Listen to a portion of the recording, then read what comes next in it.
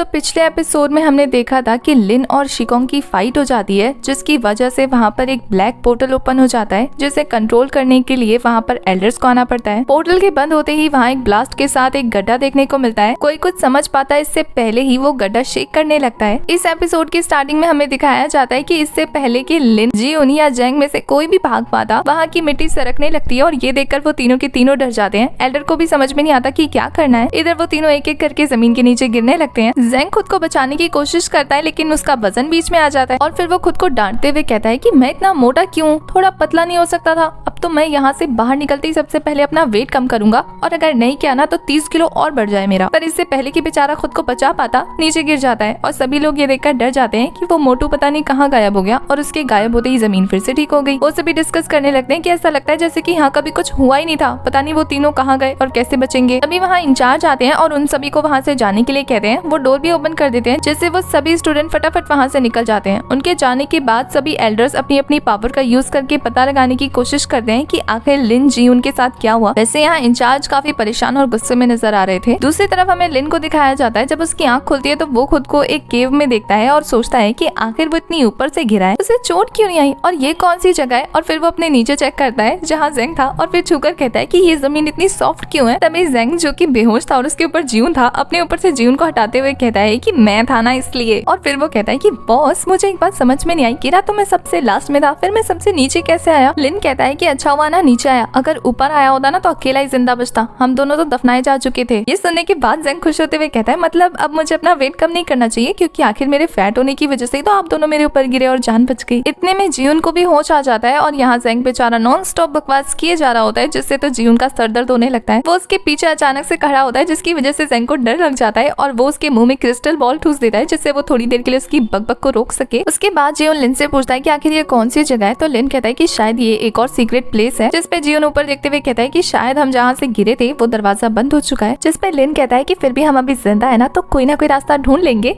जेंग बेचारा, जिसकी बोलती बनती, वो इशारों में पूछता है अगर नहीं ढूंढ पाए तो जियोन कहता है कि हम यहाँ आए हैं, ये हमारे एल्डर्स को पता है अच्छे से, तो वो हमें किसी न किसी तरीके से बाहर निकाल लेंगे और अगर नहीं निकाल पाए तो वो अपने एल्डर्स को रिपोर्ट कर देंगे। ये सुनने के बाद जेंग अपने मुंह से वो क्रिस्टल बॉल बाहर निकाल लेता है, जिसे जियोन कैच तो कर लेता है, लेकिन उस पे जेंग के मुंह का नार देखकर वो उसे वापस फेंक देता है। जेंग कहता है आपको लगता है कि आप लोग उनके लिए काफी ज्यादा इंपॉर्टेंट पर्सन हो, जिसे वो ढूंढने में अपना टाइम वेस्ट करेंगे। मुझे तो लगता है कि आप लोग ज्यादा सोच रहे हो, ऐसा कुछ भी नहीं होने वाला, हम तो यहीं बैठे बैठे ही मर जाएंगे। लगता है गॉड मुझसे नाराज है, तभी तो ऐसे बदला ले रहे हैं। तभी लिन जेंग को ऐसे पड़ा हुआ देखकर कहता है कि तुम चल रहे हो या नहीं। तो वो कहता है नहीं बॉस, ऐसी अजनबी जगह पर इधर उधर डोलना अच्छी बात नहीं है, क्या पता हम मर गए तो। वैसे भी मैंने सुना है कि ऐसी अनजान जगह पर ना बहुत खतरनाक चीजें होती हैं, किसी भी चीज को हाथ लगाएंगे ना तो सीधा ऊपर पहुंच जाएंगे। लिन का उसकी बातें सुनकर दिमाग खराब होता है, तो वो कहता है कि सारा दिन यहीं पड़े रहना है। जब वो देखता है कि जेंग का उठने का कोई इरादा नहीं है, तो वो कहता है ठीक है पड़े रहो, मैं तो चला। और फिर वो जाने लगता है। जियोन भी उसके पीछे पीछे जाते हुए कहता है ठीक है, इसको इग्नोर ही करते हैं, हमारे लिए यही ठीक होगा। जब जेंग देखता है कि वो दोनों उसके लिए नहीं रुक रहे हैं, तो डर के मारे उनके पीछे भाग जाता है। रास्ते में चलते हुए जेंग का पाँव एक पिलर से टकराता है और वो उस पिलर को जोर से लात मारकर कहता है टांगी तोड़ दी मेरी, और बहुत जोर से कराने लगता है। लेकिन ये देखकर भी लिन और जियोन उसकी तरफ कोई ध्यान नहीं देते। तो वो कहता है कि क्या कोई मेरी तरफ ध्यान भी नहीं दे सकता, इग्नोर क्यों कर रहे हो। और दिखाया जाता है कि उस पिलर पे जेंग के पाँव के निशान छप गए थे, लेकिन वो सभी ध्यान नहीं देते और आगे बढ़ जाते हैं। आगे चलते हुए लिन की नजर उसी पिलर पर पड़ती है जिसपे जेंग के पाँव के निशान छप गए थे। इसका मतलब वो लोग गोल गोल घूमकर एक ही जगह पे वापस आ गए हैं। इससे पहले कि वो और कुछ समझ पाते, वहाँ की सभी मशालें बुझ जाती हैं, अंधेरा छा जाता है और लिन के सामने एक विजन आने लगता है। उसकी आंखें बंद होती वो किसी और जगह टेलीपोर्ट हो जाता है। आसपास देखने पे उसे समझ नहीं आता कि वो कहाँ है। तभी लिन के सामने एक स्पिरिट मास्टर आते हैं और वो उसे देखते ही कहते हैं कि तुम हेवन ब्रेकिंग सेक्ट के वही लिटिल डेविल हो ना। उन्हें देखकर लिन ऐसा बिहेव करता है जैसे कि वो उन्हें जानता हो। स्पिरिट मास्टर उसे कहते हैं कि ठीक है, अपना टाइम वेस्ट करने की जरूरत नहीं है, अब जो अपॉर्चुनिटी तुम्हें मिली है उसे वेस्ट मत करो। और वो अपने पास से येन और यान की 2 पर्ल निकालते हैं। ये देखकर लिन कहता है कि नहीं, बिल्कुल नहीं, मैं यहाँ कोई स्पिरिट स्टोन अर्न करने नहीं आया हूँ, इसलिए मैं कोई एक्स्ट्रा टास्क भी नहीं करूंगा। तो ये सुनने के बाद स्पिरिट मास्टर कहते हैं कि तुम बस ऐसी छोटी छोटी चीजों के बारे में ही सोचते रहो, अगर तुम अपने इस अपॉर्चुनिटी का यूज करोगे तो इससे भी ज्यादा चीजें अर्न कर सकते हो। पर लिन को उसकी बातों में कोई इंटरेस्ट नहीं आता, तो स्पिरिट मास्टर अपनी पावर से लिन को कैद कर लेते हैं और कहते हैं कि फटाफट से चूज करो। तभी उन दोनों पर्ल में से फायर पर्ल खुद ही लिन के पास चला जाता है। ये देखकर लिन भी थोड़ा शॉक हो जाता है। ये देखकर स्पिरिट मास्टर खुश हो जाते हैं और वो कहते हैं कि काफी इंटरेस्टिंग, अब एक काम करो, जल्दी से ये टेस्ट क्लियर करो करो, उसके बाद एक बड़ा सा सरप्राइज तुम्हारा वेट कर रहा है। ये बोलकर वो वहाँ से चले जाते हैं। उनके जाते ही लिन कहता है कि अगर सौदा अच्छा नहीं बना तो फिर देख लेना, और फिर वो अपने पास उस फायर पर्ल को देखने लगता है जो कि नीचे गिर जाता है और ऐसा लगता है जैसे कि वो ब्लास्ट होने वाला है। तो लिन उससे दूर हट जाता है, लेकिन उस फायर फ्लेम में से तो एक सोल्जर बाहर आता है। पहले तो लिन डर रहा था, लेकिन उस सोल्जर को देखकर शांत हो जाता है। इधर वो सोल्जर अपने पास रखी हुई तलवार से लिन पर अटैक करने जाता है। लिन भी इससे पहले हिट होता, वो अपनी स्वॉर्ड निकालकर उस अटैक को डिफेंस करता है। उसके बाद वो सोल्जर पर स्लैश अटैक लगाता है, लेकिन उससे उस सोल्जर को कुछ नहीं होता। तो वो इस बार फिर से थंडर स्लैश लगाता है, जिससे वो सोल्जर काफी बुरी तरीके से घायल हो जाता है। तो लिन को लगता है कि शायद उसने उस सोल्जर को मार दिया, लेकिन तभी वहाँ एक ब्लास्ट होता है जिससे वो सोल्जर एक की बजाय दो हो जाते हैं और लिन को समझ नहीं आता कि आखिर क्या हुआ यहाँ पर। इस बार वो दोनों सोल्जर मिलकर लिन पर अटैक कर रहे होते हैं। लिन एक एक करके उन सोल्जर्स को खत्म कर देता है और सोचता है कि उसे फटाफट यहाँ से निकलना होगा। तो वो वाइट के पास जाने लगता है एक रास्ता ढूंढने के लिए, क्योंकि उसके पास कुछ ना कुछ तो मिल ही जाएगा। चीप स्पेस में पहुंचता है, जहाँ वाइट उसे देखकर ही स्पिरिट स्टोन का रोना रोने लगता है। फिर पूछता है कि उसे क्या चाहिए। तो लिन कहता है कि उसे बाहर जाना है। तो वाइट कहते हैं कि 1000 स्पिरिट स्टोन लगेंगे। तो वो उसके स्पिरिट स्टोन में से 1000 स्पिरिट स्टोन माइनस कर लेता है और उसके सर पे एक जोरदार मुक्का मारता है। उस मुक्के की वजह से लिन चीप स्पेस में से डायरेक्ट रियल वर्ल्ड में आ जाता है, लेकिन उसके सर में बहुत ज्यादा दर्द हो रहा था। ये देखकर वो उस मेढक को गालियां देने लगता है। उसे इस हालत में देखकर ज़ैंग उससे पूछता है कि बॉस, आपको क्या हुआ था? आप अचानक से बेहोश हो गए थे और नींद में बड़बड़ा रहे थे स्पिरिट स्टोन के बारे में। ये सुनने के बाद तो लिन भी परेशान हो जाता है कि सच में ऐसा हुआ था। इधर ज़ैंग जियून को देखकर कहता है कि अब तो मुझे प्यास लग रही है, अगर मैं पानी नहीं पीऊंगा तो मर जाऊंगा। ये सुनने के बाद सब उसे घूर कर देखने लगते हैं और इसी के साथ हमारा ये वाला एपिसोड जाता है खत्म।